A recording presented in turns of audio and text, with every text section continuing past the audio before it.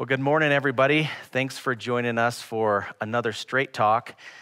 We've been doing these interviews just to get some good information out to our congregation about how to think through these times of the pandemic and how to grow in our faith. And I'm really excited this morning. Someone who has been a big advocate for our church is Dr. Mark Young. He is the president of Denver Seminary. He's been in missions. He's got a real heart for the local church and raising up pastors. His wife, Priscilla, and him have been married for 34 years and have 3 grown children and now 6 grandchildren. And Mark's passion is really that people in all places worship Christ alone, and he just has a passion for the gospel. So welcome. So thanks for joining us, Mark. Thanks, Zach. I've always enjoyed being at your church. I love worshiping with your folks, and a couple times I've been able to preach. It was a great honor. I miss them. Look forward to the next time. Well, thank you. We always enjoy having you here. Your messages over the years when you've spoken here have always been a huge encouragement to us and very timely for the seasons that we've been through. And so we want to thank you for that. One thing that's been on my mind is both the opportunity that this pandemic has brought to the church with people's openness to hear the gospel message and the hunger for truth, and also the challenge of getting good information and discerning between what is truth and what's a conspiracy out there or a falsehood that seems to be hitting us every day. So anyway, tell us a little bit about the opportunities you're seeing from the seminary and the gospel right now. Oh, thanks for asking. It's interesting. I think anytime we began to lose the illusion that we have of control, then we begin to seek answers in other places. So we are seeing both in our church community, as well as students report back to us from their churches, a renewed interest in understanding where is God in all of this, and how does he relate to us in the midst of this sense of loss that we're all experiencing. So I do think there is renewed opportunity both for those who have confessed faith in Christ, but perhaps haven't been walking faithfully or taking that seriously, as well as those who don't know Christ and are simply wondering now whether their life's going to be the same moving forward, and where there might be some answers and places for security and certainty in their lives. Yeah, we are seeing that too. A renewed hunger for the things of God, and that has been so encouraging. And I think that as God is moving during these times and his Spirit is drawing people to himself, the enemy is also at work trying to bring confusion. And it seems like there's so much information out there. It also seems like we have a tendency during confusing times to really reach for theories and ideas that are out there, oftentimes with not a lot of evidence. What do you think draws us to some of the more obscure theories out there, or even gossip or conspiracy theories? What is it in us that reaches for some of those things? Yeah, so when I did my doctoral work, I looked at the way adults think, the way adults draw conclusions, in essence. And one of the consistently recognized patterns is that we engage in what we call motivated reasoning. That is, we want something to be true. So we have the ability then to go out and find or to interpret information in a way that supports what we want to be true. And most disturbingly, then we have the possibility of ignoring facts or realities that don't support what we want to be true. So I think conspiracy theories are a good example of how people want something to be true, and then they'll go out into the marketplace of ideas, which, by the way, is now fundamentally a riot. uh, given all that's available out there. And they'll look past reality to grasp hold of an idea that matches what they want to be true, even though the evidence for it is spurious or at best unattested. Just because somebody has the idea and it matches what they want to be true, they'll latch onto it. That, I think, is the genesis of conspiracy theories. Yeah, that makes a lot of sense. And I think especially when we're facing loss or fear, we are looking for answers, and we oftentimes find the evidence that we want to back up what our philosophy is.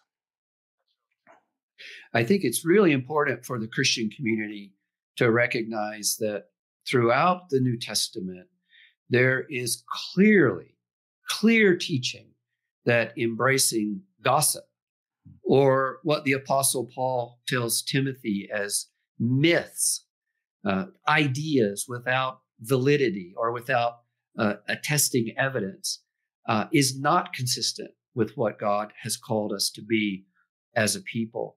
And even more, to me, even more damning of the idea that a conspiracy theory is something that we ought to be a part of is to remember that after Christ was raised from the dead, the Romans and the Jews wanted to, or created, a conspiracy theory that he really hadn't been raised from the dead, that the body had been stolen by his disciples.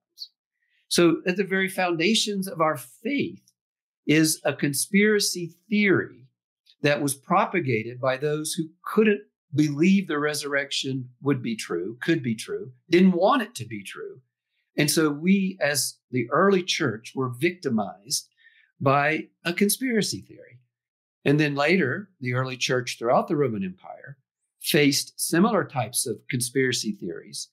For example, it was rumored that Christians actually engaged in cannibalism, that they drank blood, or that they ate flesh. It was rumored that Christians wouldn't support or obey the rules of the local government or the emperor. And so as a result of conspiracy theories, hundreds, if not thousands of Christians lost their lives. So if that's the history of conspiracy theories in relationship to the Christian faith, it makes no sense to me that a Christian today would give any credence or in any way alter what they think or how they act based on an unfounded conspiracy theory. Wow, that's a great perspective. And it's easy to forget about how those theories affected the early church and throughout history. That's really a sobering way to look at it.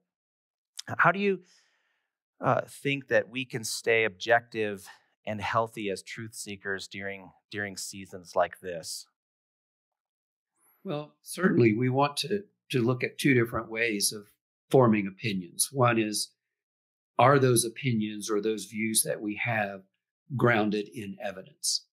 Let me just say that I think one of the most damaging and concerning dimensions of contemporary culture is the way that we have divided as a nation into really not just two camps of political perspective, but really two camps of who's telling the truth.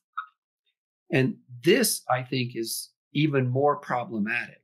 So if this media outlet says X, it's automatically considered either absolutely true or absolutely false. And if media Y outlet says the exact opposite, then we have the exact opposite polarization. Honestly, this is, in my view, a real threat to democracy. But from a Christian perspective, I think we have to recognize we are evidence-based people. Now, let me be clear.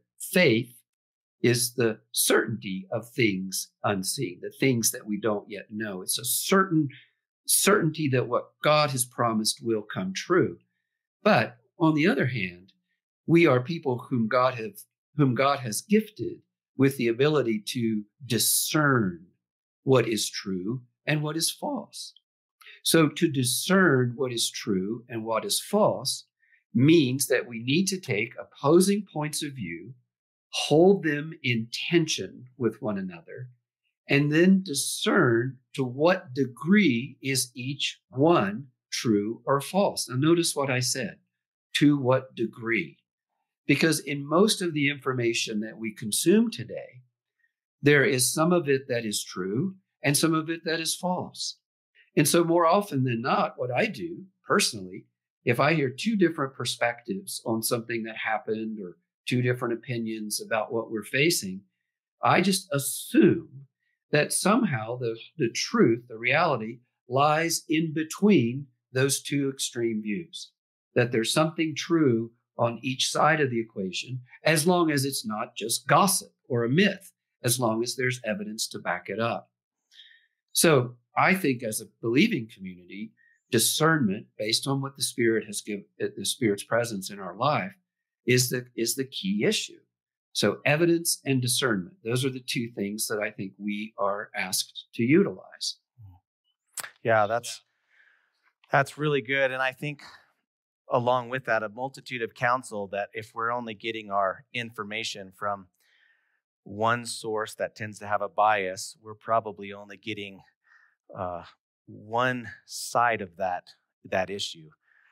Another thing about how we consume information, Zach, I think this is really critical. To the degree that the way we form our opinions is shaped by television or, to a lesser degree, radio, we must recognize that those media are primarily utilized for the manipulation of emotions and for generating an emotional impact far more than for generating understanding. So when we hear something, particularly on television, when we hear it and we see it, our brains begin to process information, but not independently of how our hearts are responding. And so the imaging, the intonation of the voice, the phrasing, our perception of the person who's speaking, all of that creates as much of it as, if not more, of an emotional reaction than an intellectual assessment of what's true and what's false. So if our primary, if not sole source of information is through television in particular, then there is no doubt that we are being manipulated. The better way to access information is through reading. By reading, we have an opportunity to step back from the emotional reactions to the immediate experience of consuming the information and reason or think about what we're reading. And then we have the opportunity to, as well, search for other documents, other sources of written information that will allow us to see an opposite or an opposing point of view. So, basic rule for me, I watch zero cable news, zero. And I definitely don't watch any kind of news show after 6 p.m. or in the evening. Right, because that's a really good advice, because often the later you get into television, the more you have those emotive kind of speakers that really have no accountability whether they're telling the truth or not. That's a great observation, Zach. And one of the ways that I gauge the truthfulness of someone is whether or not they're going to bear responsibility for the truthfulness of the information that they're giving. And if they are unwilling to take responsibility, and definitely if they're unwilling to admit that what they've communicated is wrong, then they have no credibility in my point of view. Yeah, the other day when we were talking, you gave me a great quote: "Never buy a prophecy book that doesn't have a money-back guarantee." I thought that was great. I've used that several times so far. Mark, one of the challenging things right now for me is leading in a time when there's so many strong opinions about what's best for people. It seems like so many polar opposites. More than any other time that I've been involved in leadership, I feel these tensions from different people. And as I was expressing that to you on the phone, you said a couple things that were really helpful to me about leadership. And one of those was staying humble as a leader and really taking time to listen to people and not assuming what people are thinking. And that was really helpful. But you used a word that I don't know that we like very much, and that's this word compromise. And you talked about the fact that when we have responsibility for other people's well-beings or our decisions affect other people's lives, that it's important for us to learn to compromise, to take these polar, opposite opinions and really have the wisdom to be able to find out what is the best for people walking forward. Tell us a little bit about that word compromise. From the Christian perspective, we get all uptight when somebody talks about compromising. But I would simply ask you this question. Do you know a married couple that's been together a long time who haven't mastered the art of compromise?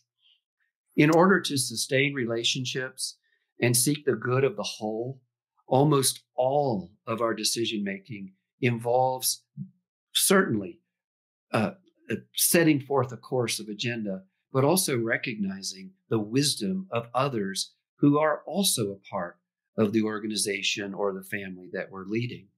So if you don't want to use the word compromise, use negotiated settlements or negotiated truth. That negotiated direction is a better word as you move forward. Yeah, that's really important during these times. And I think also you have to be proactive in that listening. Sometimes it's the squeaky wheel that gets the grease, and you're only hearing some of the more extreme opinions unless you really take time to bend your ear to some of the people who have wisdom that maybe aren't talking as loud also. No, there's no question about that. Well, we just have a few minutes left. I want to ask you about, I know this is a big topic and we can't cover it all just in a few minutes, but there tends to be from the Christian community a lot of applying end times prophecy or Old Testament prophecy to current events. How should we handle some of those ideas, and where should we be careful when it comes to end times prophecy during this season? Oh boy, thank you. That is a big topic, and I appreciate you asking it so that I can take all the darts and arrows, and you don't have to. That's why you get to pay the big bucks. Right. Let me start with a story. I know a man who lives on the East Coast, and in 1988, he read a book that was entitled 88 Reasons That Jesus is Coming Back in 1988. This particular book was quite persuasive, that because we were 40 years after the establishment of the state of Israel, then that was the generation that Jesus spoke about, and Jesus was coming back, and the author actually even indicated the month, I think, of the return. So this dear brother who had built a successful business took that book seriously, sold his business, took his daughters out of college, and essentially moved himself and his family into their basement and waited for Jesus to come back. Needless to say, that didn't happen. And needless to say, the damage from that course of behavior extends even to this day, both in the lives of those whom he harmed, not only his family, but the employees he let go when he liquidated his business. That story is a cautionary tale. Certainly, the Lord reminds us to be watchful. And certainly, Peter tells us to be sober-minded and alert as we await the coming of the Lord. So we are to be aware of what's happening around us. But there really is only one concrete conclusion that we can reach at any given time as it relates to eschatology, and that is that Jesus will come back. Otherwise, everything else we engage in terms of creating scenarios of how current history fits into biblical prophecy is at best speculative. And in all honesty, at worst, dangerous. So I would caution the believing community against saying this pandemic is the fulfillment of verse XYZ, or this leader is clearly the one who's going to be the Antichrist, or whatever other kinds of ideas we might come up on. And it seems to me then our understanding of what it means to be alert, and what it means to be sober-minded, and what it means to have our hope fixed on the certainty of Jesus coming back, is that we really only have one mission, and that is to testify to the risen Christ. So in the midst of a pandemic, rather than coming up with these wild theories about how it fits into prophetic schemes, our posture, our mission, what we should be known for above everything else, is our commitment to the fact that the risen Lord Jesus Christ died on the cross for the sins of the world and is coming again to make all things new. I like to say it this way: when Christ returns, everything that's wrong in the world will be set right. Everything that's broken in the world will be made whole. And everything that's ugly in the world will be made beautiful. Hanging on to that certainty is what we're called to today, not speculating about how current events fit into biblical prophecies. Oh, that is so helpful. And what a great statement. That's really is our commissioning, isn't it? Is to proclaim what has happened and to look forward to the day that Christ comes. And there's not going to be any question, or we're not going to have to watch YouTube videos to figure out if Jesus has showed up. It will be certain. And so that's a great reminder. And you reminded me too the other day when we were talking that the other promise that we have is that he will be with us through his Spirit until that day comes, and prepare our hearts for that. Amen. Well, I so appreciate you taking time for us, and I appreciate all that Denver Seminary is doing to encourage the local church during this time by holding on Thursdays. You guys have been holding some really informative discussions about how we adjust and how we can reach our communities better. So, Mark, thank you so much for caring for our local congregation and for pouring into the leaders of the church. And I so appreciate you. Thanks for spending time with us. It's been my great pleasure, my friend. We're 100% behind you and for you. However we can help, we're glad to do it. That's great. And we look forward to when we can all be together. Maybe could find a time for you to come back and minister the gospel to us. We'd love that. Thanks, my friend. Okay. Have a great day. Blessings. Okay, bye-bye. Well, I want to say thank you for joining us this morning. And I know this topic is a big topic. There's a lot of opinions and passions around all of these subjects, and especially in a global pandemic. And so I just want to remind you that our heart is to seek the truth, to seek Christ, and really to glorify him as we go through this as a church. And so we so appreciate you spending some time with us and hearing what Dr. Young has to say about these issues. And please, if you have any questions or responses or thoughts, feel free to email us at info@clearviewcommunity.org. And we would love to hear from you. Have a great rest of your Saturday, and we'll see you next time.